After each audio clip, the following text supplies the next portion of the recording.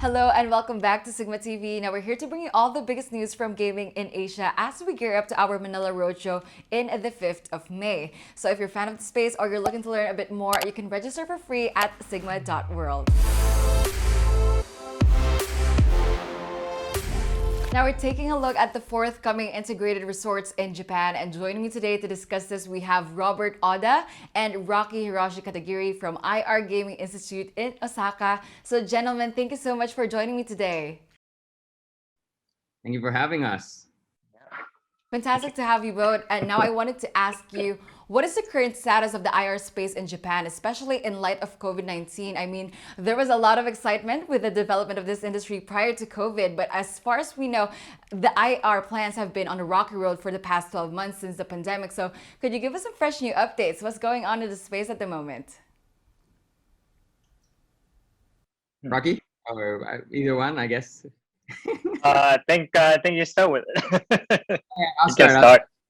This is how our teamwork works. I think I think you're right, completely right. I mean, when we're talking about the impacts on IR within Japan, COVID has obviously pushed back a lot of that timeline.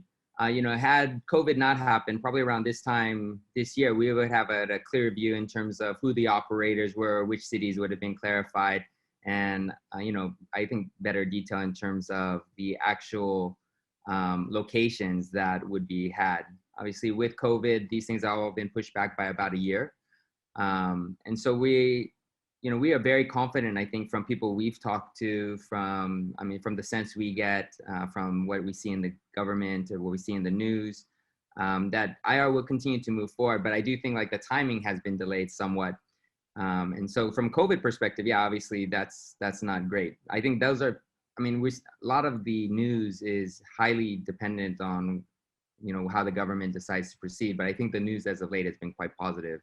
Obviously, the sooner the sooner we get to certain points in regards to clarifications of what Japan wants to do, then everyone will know at the same time. So we don't really have any special information, but from that perspective, again, everything is slightly postponed. Well, I still appreciate the information. I mean, this is truly an exciting project, not just for Japan, but for the world. With the experts saying Japan will be the second largest gambling market in the world post development of this industry. But yeah, as you said, until the day the prefecture's vying to host a casino gets approved and marries with a suitable operator partner, and until the day these facilities are established and open its doors to the public, I think the vision for this complex is all going to be abstract in all people's minds. So for now, how about we focus on the benefits of this industry that will bring to the country? What kind of benefits are you seeing? So I think when we talk about benefits, and one of the reasons, and we'll probably go about this a little bit later, but one of the reasons why Rocky and I decided to start this was because Japan has been moving, and one of the pillars of Prime Minister Abe before and now Prime Minister Suga has been the promotion of what's called inbound tourism. And even before COVID, you could see like cities like Osaka, Tokyo, Kyoto, that inbound tourism as a industry had been growing quite rapidly, thanks to the ability for people to travel pretty freely. Obviously, COVID has changed that. But as a key pillar, the importance of IR is that, like most MICE type of businesses, it would allow for a greater inflow of people centered around events, primarily convention, to help build that industry in the future. So when we're talking about like why is this important? It's because it's the creation of jobs and furthering the Japanese economy, which had kind of been, in all honesty, a bit stagnant. If we look at kind of the idea, if there's 3 additional IR locations, so right now the proposal is anywhere between 1 and 3. If Japan were to go with 3 locations, the estimated view is that it would be worth about 30,000 jobs just within the IR, 10,000 jobs within each location. So 30,000 jobs, relatively good paying jobs, that is a major benefit. Not to mention that would have a knock-on effect in terms of the other types of businesses that would be around it. So of course you have the main IR, let's say within Osaka, but then all the businesses around and all the cities or prefectures around would also benefit from that. So from a government perspective and the benefits to Japan, it's enormous. And I think for us, obviously, we talk a lot about the casino side of the gambling side, but like most locations, just like here in Singapore, I mean, it's not just about casinos, just not about gambling. There's so much more that goes into IR. Obviously, the casinos and the gambling aspects one piece, but there's so much more. Like I was in Kyoto and I was talking to some people there who are traditional kimono manufacturers, and you can see even from that side there's interest because when you're able to bring people in from a tourist aspect, you're then able to share the culture much more widely. So I think, from that perspective, IR has a lot of not just economic benefits, but of course, like cultural benefits to share Japanese culture with the world. Exactly. And I'm more curious now of the role that you guys are playing to benefit the Japanese society. So, where does the IR Gaming Institute come into the picture? Can you talk more about what your business does, what your product is, and who your customers are? Our customers are everybody basically. We have students who owns company, who's the students. The age we have teenager to 50s. Yeah, we have variety of students, people, and Yeah. I think, it's yeah, sorry. go ahead, go ahead. No, go ahead, go ahead.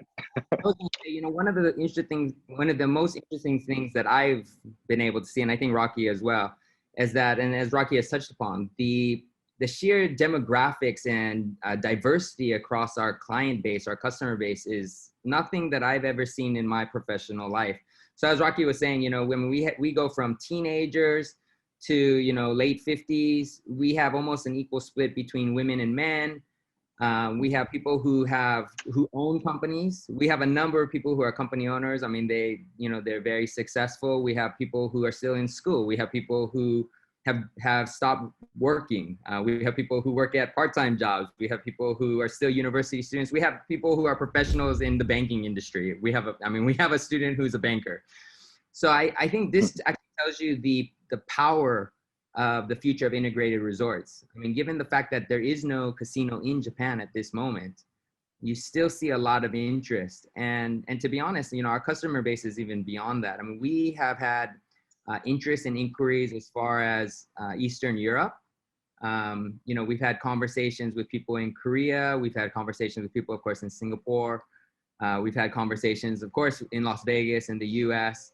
Macau even. I mean, if you look at the the demographic just within Japan, highly diversified.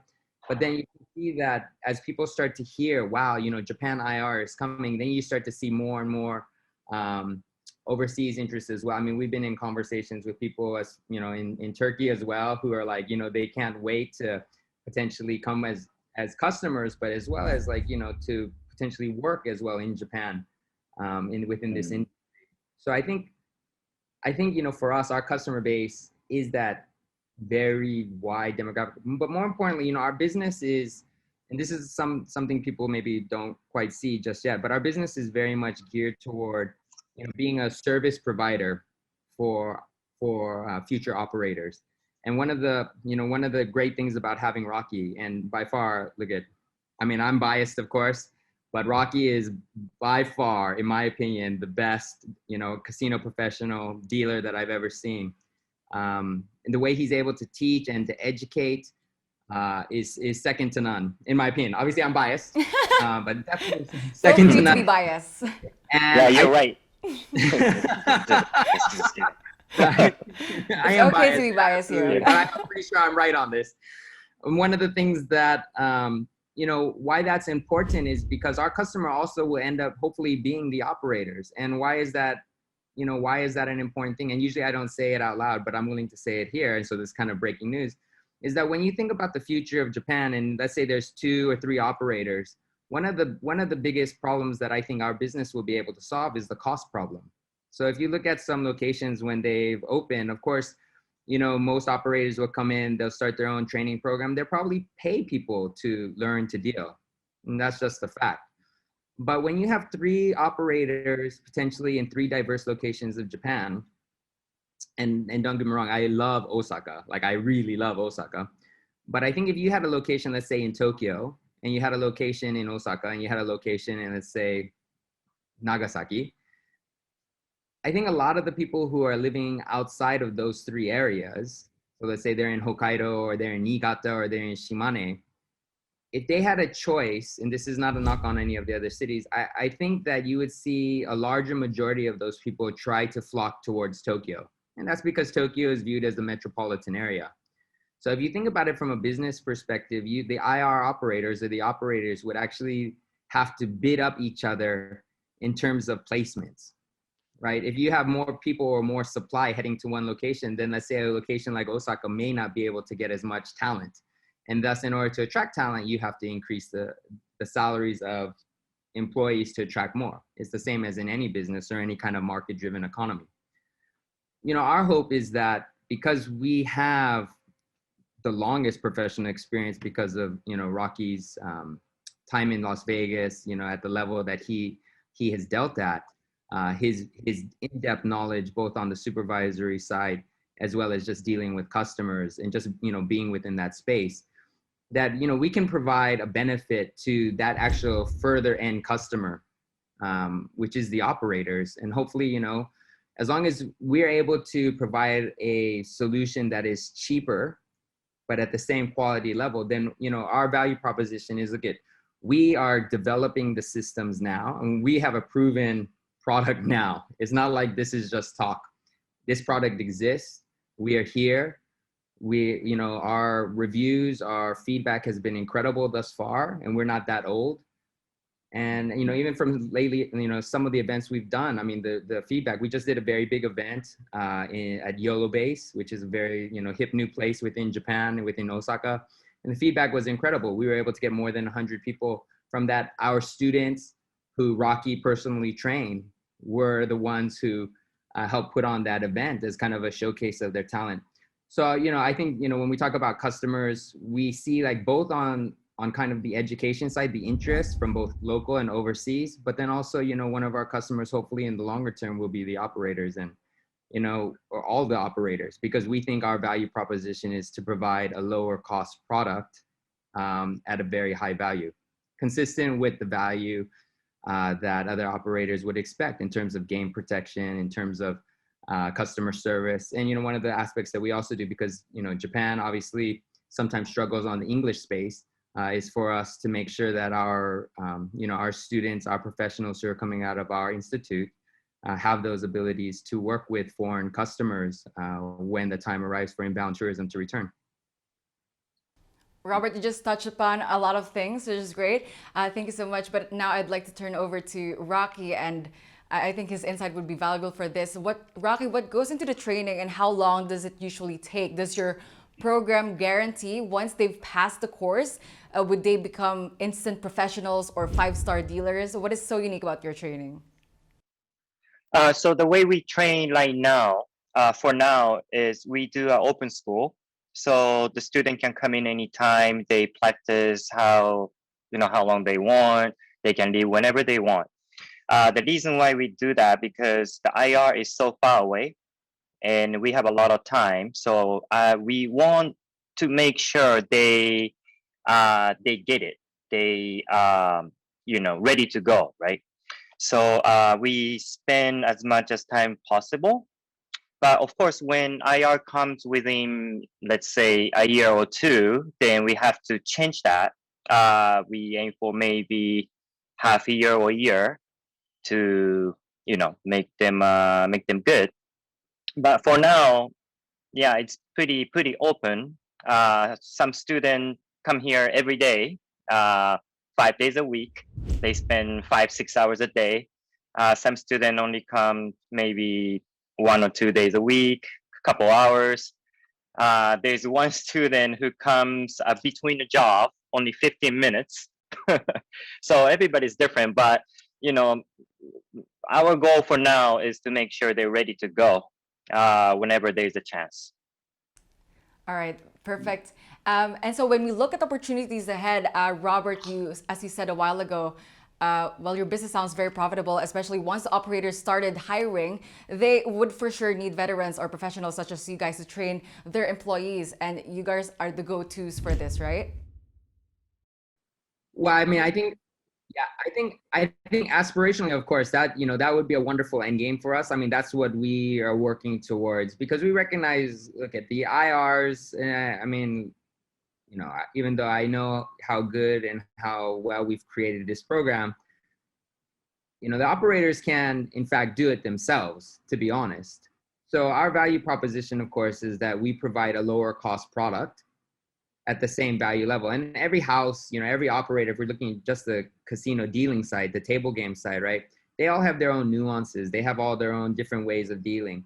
And so what's great about Rocky is Rocky's worked at 6 different locations. I mean, he in Las Vegas, so he has a wide breadth of experience. So, our education style and the way Rocky leads the education side of the program is that he teaches so that people are flexible, whether you work for, let's say, a Genting or MGM or Sands or, Cosmo or whoever, there's a certain base, and Rocky can speak to this better than me, of course, so I shouldn't probably be speaking about this, but there is a basic level of skill set that's required. And so that's what we're aiming for. And then, absolutely, if we can prove ourselves, and if an operator were to look at us and say, hey, look at, like, you're able to actually keep the salary playing field pretty equal and even, so we're not competing against each other, because all businesses end up running that, right? It's always becomes, if you look at 5, 6, 10 years from now, the challenge for the business is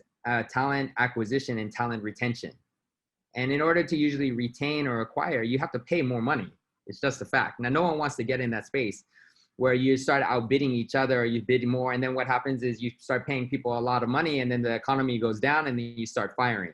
I think, like, the better approach is, okay, you have a consistent training model that, because of the diverse locations of Japan, which is different than any other IR location. You look at Singapore, you have Resorts World Sentosa, you have Marina Bay Sands, they're relatively close. You look at Cotai Strip, everyone's kind of in the same area. You look at Las Vegas Strip, everyone's kind of in the same area. The needs of people want to work in Las Vegas, they go to Las Vegas. In Japan, if you have 3 locations, you have Tokyo, Osaka, Nagoya, or Hokkaido, or wherever you pick, right? People will have to make choices pretty early on where they'll want to go. And I think, like, I love Osaka. We started in Osaka because we think Osaka is an amazing place for IR. But if you were, living outside of those, again, and I'm repeating here, but if you were to live outside of those areas, you're probably going to go to Tokyo first, because that's the glamorous area, right? That's where you want to go. So if you have a choice of 3 IRs, you're going to go there. That will result in a bidding war, an acquisition talent war. And I think for us, again, just reiterating, like, our view is that we can provide the flexibility and the standard across the board. And of course, there's nuances. Let's say MGM wanted something different, or Galaxy wanted something different, or Melco wanted something different, or Sun City wanted something different. We could adjust to that. But I think the key is that Rocky, as the most talented, most tenured Japanese professional dealer, with real experience, I mean, he provides that. And so that's very important for us. So yes, to what you said, yes, we definitely would love an opportunity to be that service provider for all the operators that come in, and that's our value proposition. I think we could definitely do it cheaper. Even from my experience within kind of the financial world, it's just the fact that eventually, longer term, it will be a battle for talent, and with that comes cost. Now, you guys, I wanted to ask and move on to, why does Japan even need an IR industry? I mean, Japan already has a gaming industry that revolves around pachinko, sports betting, lotteries, and horse racing, which is the world's largest. And not to mention Japan's $5 trillion US dollar economy, which makes them the 3rd largest in the world. So what makes these IRs essential and necessary for Japan? Could you educate us about the ultimate agenda behind this development, aside from, like, providing jobs and so forth? It's very simple, I think. So all the gambling we have in Japan right now is only for Japanese people. And like Glover said earlier, we need the inbound business, right? We have to boost up the inbound business, and I think the IR is a solution. IR can bring a lot of people from different countries. The key is not casino, to be honest. To me, it's more like a convention. Like how can we bring people to Japan? Japan don't have much conventions compared to like Vegas or Singapore. We have some, but we need more. We need more events. We need more conventions. That's why we need IR space. Fantastic. And for on to my last question, what do you think is so unique about IRs in Japan? Actually, can I just go back to the last part real quick? I wanted to just, and I'm always conscious of this, like I always want to make a distinction between kind of pachinko and IR. So I know like a lot of times people will say like Japan has this very large gambling community or culture, and we talk about pachinko, but I think fundamentally IR, and Rocky touched on this as well when he talked about conventions, is IR is actually fundamentally different compared to pachinko. I mean, and I think this is also something that, as a business, Rocky and I feel like we are ambassadors of the IR industry to Japan. And what we mean by that is that when you talk about IR to regular people or people who don't know, what's actually happening, they associate everything with casino. And then they think, pachinko. The fact of the matter is IR is a high-end luxury product, right? When I go to Marina Bay Sands, when I go to Resorts World Sentosa, if I go to the Cosmopolitan, if I go to the Bellagio or MGM Grand, the product is glamorous. We were talking to somebody within the community, a supporter of ours who actually went to school in the US, and she was saying like, yeah, I mean, IR is like this luxurious world, this fantastic world that is very hard to imagine. So I want to actually say that IR is a completely different product than what exists in Japan. You do have the largest, obviously, horse racing. It's the largest in Japan in terms of price.